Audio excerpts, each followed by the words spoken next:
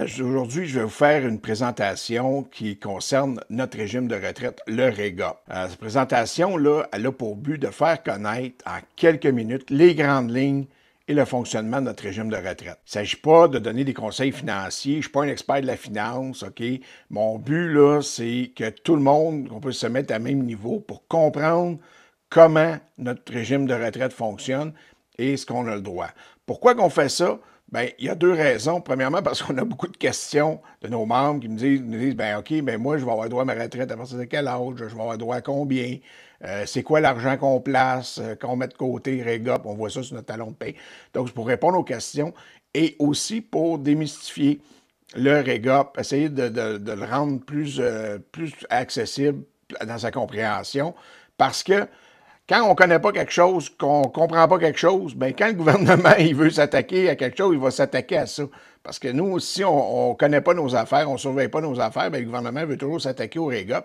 Et aussi parce qu'il y a une majorité de personnes qui disent bien, de toute façon, ma retraite, c'est dans longtemps. Le REGOP, c'est quoi? C'est un régime de retraite collectif à prestations déterminées. Collectif parce qu'il appartient à tout le monde. Et prestations déterminées, ça veut dire qu'on peut savoir à l'avance combien et quand qu'on va avoir notre argent. Donc, en fonction de nos années de service puis de notre salaire. Le régime de retraite est financé par les cotisations des employés. Donc, sur chaque paye, on voit partir REGOP, c'est ça.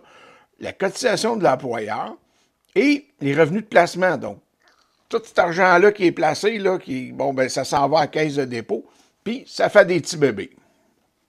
Donc, pour l'année 2024, la cotisation de l'employé, c'est 9,39 du salaire de base cotisable. Et salaire de base cotisable, ce qu'on s'entend, c'est vraiment salaire de base. Là, il n'y a pas de prime, il n'y a pas d'overtime là-dessus. Et quand on dit cotisable, c'est qu'on soustrait une portion qu'on considère la portion du RRQ. Donc, c'est 25 du maximum des gains admissibles au RRQ. Comme par exemple, en 2024, c'est 17 125 $. Donc, on prend votre salaire, on enlève 17 000, puis c'est là-dessus qu'on cotise 9,39 %. Chaque employé obtient un relevé détaillé du total des cotisations ainsi que les intérêts. Donc, vous pouvez consulter en tout temps votre relevé sur le site de Retraite Québec. Donc, vous allez dans Mon dossier, puis chaque année, Retraite Québec émet un relevé qui dit, bien, OK, cette année, vous avez cotisé tant. On va le voir tantôt avec les intérêts. Au cumulatif, vous avez ça. Donc, on va le voir détaillé. Voilà. Donc, ça, c'est un exemple que j'ai pris sur le site là, qui donne un exemple de c'est quoi un relevé. Donc, on voit là, la personne travaille à l'Assurance automobile du Québec. Elle a cotisé à date pour son salaire admissible, OK, de 69 408 et cette année, elle a cotisé au montant de 5 992. Donc, en théorie, là, je n'ai pas fait le calcul, mais si on prend 69 428, on enlève 17 125, on fois 9,39 %, on devrait arriver à 5 992. Les années de service, donc on peut retrouver aussi sur notre relevé nos années de service pour l'admissibilité. Ça, c'est une chose différente. L'admissibilité et les années de service pour le calcul. Donc, on va le voir. Les années de service pour l'admissibilité, c'est vos années totales depuis votre embauche.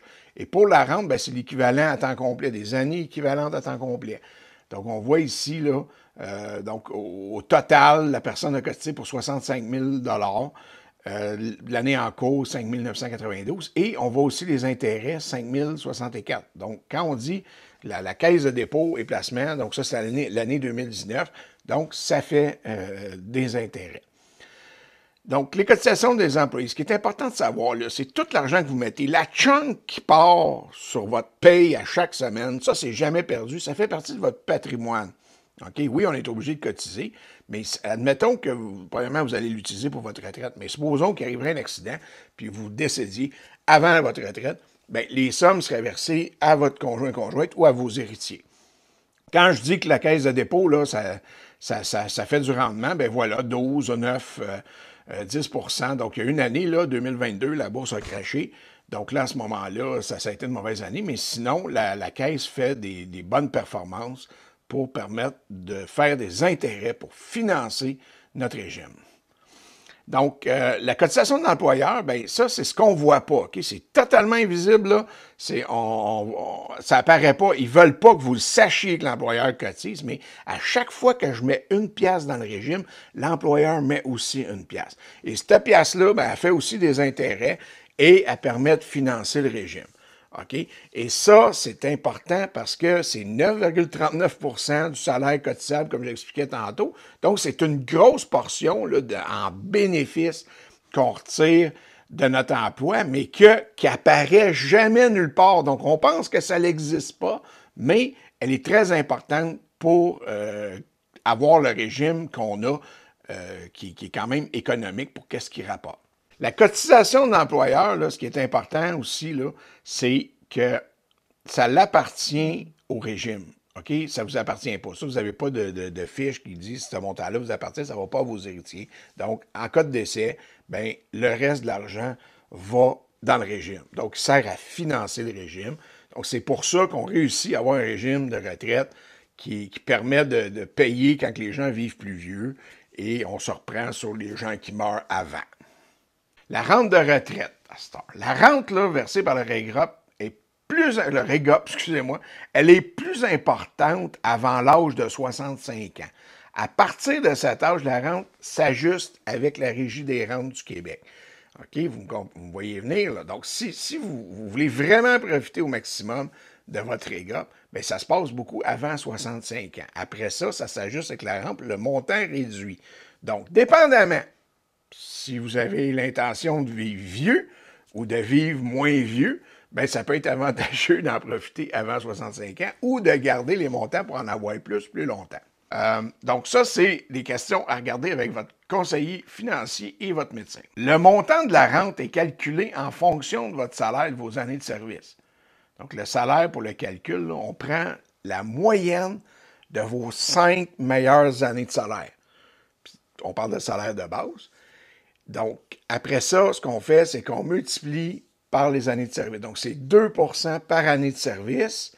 Puis là, on parle des années de service équivalentes en complet. Donc, si vous avez travaillé, par exemple, 20 ans, vous pouvez être admissible à la retraite après 20 ans. Par contre, vous étiez à demi-temps, donc ça va vous donner 10 ans pour les années de service pour le calcul. Donc, si on prend un exemple, là, une personne qui a travaillé à temps complet pendant 30 ans aura droit à une rente de 2 fois son salaire, qui est la moyenne, fois 30 ans, ce qui va donner, mettons, pour une personne à 50 000, bien, ça va donner 30 000 par année de rente, dans le fond, jusqu'à 65 ans, versé par le REGOP. Après ça, bien, c'est la RRQ aussi qui embarque. Le nombre maximal d'années cotisables, bien, c'est 40, donc on ne peut pas dépasser 40 ans. Donc, 40 fois 2 on comprend que c'est à peu près 80 du salaire.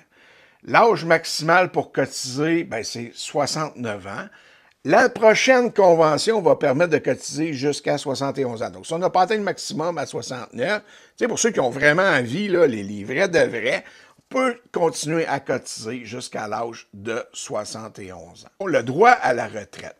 Il faut rencontrer l'une des trois. Donc, ce n'est pas les trois, c'est au moins un des trois critères pour avoir droit à la pleine pension. C'est soit avoir 61 ans d'âge, soit avoir 35 ans de service, ou avoir 60 ans d'âge avec 30 ans de service, qui va donner le facteur 90. Donc, si on rencontre ces trois critères-là, on a droit à une pleine pension telle que je viens de vous montrer comment c'est calculé. Cependant, on a aussi droit à une retraite anticipée. Dans ce moment-là, bien, le montant de la rente va être réduit. Fait qu'étant donné qu'on le prend d'avance, on cotise moins longtemps, on rapporte moins d'intérêts, donc le montant est réduit. La pénalité, c'est 6 par année d'anticipation. Et le critère pour ça, c'est d'avoir au moins 55 ans d'âge. OK? Donc, si on reprend mon exemple de tantôt, une personne décide de prendre sa retraite à 55 ans, bien, elle aurait droit à une pleine retraite à 60. Si elle devance sa retraite à 55 ans, la réduction de 6 fois 5 ans, bien, ça va y enlever 9 000 sur sa rente par année, ce qui va y rester 21 000. Donc, tantôt, on regardait si elle avait pris, mettons, 30 ans de service à 60 ans d'âge, elle aurait droit à 30 000 par année, selon la base de 50 000. Mais là, en prenant sa retraite à 50 ans, devance de 5 ans, on enlève 9 000. Par contre, On comprend que le 21 000 qu'elle va recevoir pendant ces 5 années-là, elle ne l'aurait pas eu si elle l'aurait attendu. Donc, c'est comme ça que le régime s'équilibre. Ici, on voit le relevé, comment que ça se passe. Donc, il y a des estimations qui sont faites par Retraite Québec. Donc, en gris, ben, on voit avant 65 ans et en noir après 65 ans.